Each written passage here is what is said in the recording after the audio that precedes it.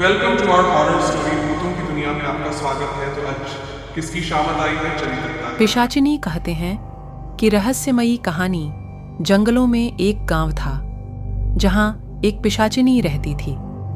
उसकी आवाजें रात को सुनाई देती थीं और लोग कहते थे कि उसकी नजरें हमेशा गांव के आसपास घूमती रहती थीं।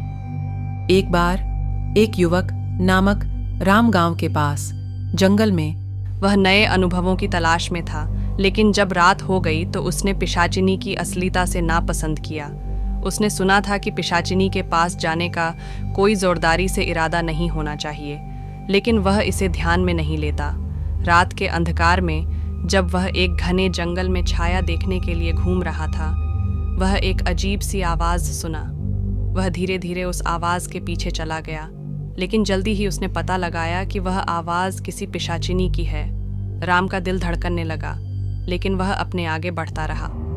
आवाज़ उसे अभिनय से बुला रही थी और वह उसके पीछे चलने के बावजूद वह खुद को रोक नहीं सका।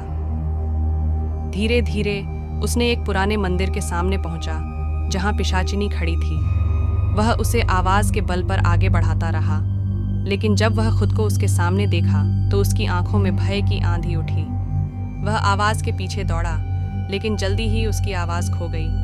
उसके बाद कुछ भी नहीं रहा सिवाय अंधेरे के और जंगल की भौंकने वाली हवाएं। ये घटना उसने कभी नहीं भूली और उसकी सोचने का विषय बन गई कि क्या पिशाचिनी सचमुच मौजूद होती है या केवल उसकी विचारधारा थी।